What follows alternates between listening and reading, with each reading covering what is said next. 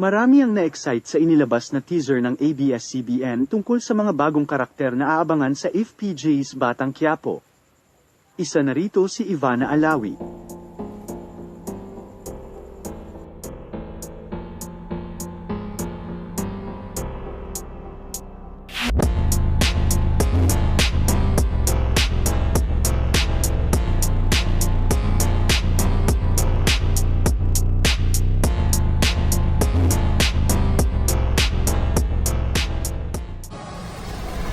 Kayo ay sinisintensyahan na mabilanggo hanggang habang buhay.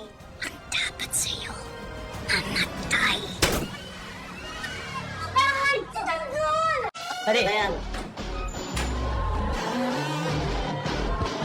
At sa pagpasok niya ng kulungan, May mga bagong pasok. Kaya masarap yung pansundan. Tukan, merong isa doon, malaki ang atraso sa akin. Sino po yun, ma'am? Si Jesus Nazareno, Di Magiba alias Tanggol. Mangbabayad ako ng malaking halaga para sa ulo ni Tanggol. Nasaan na sila? Nandun sa shelter nila.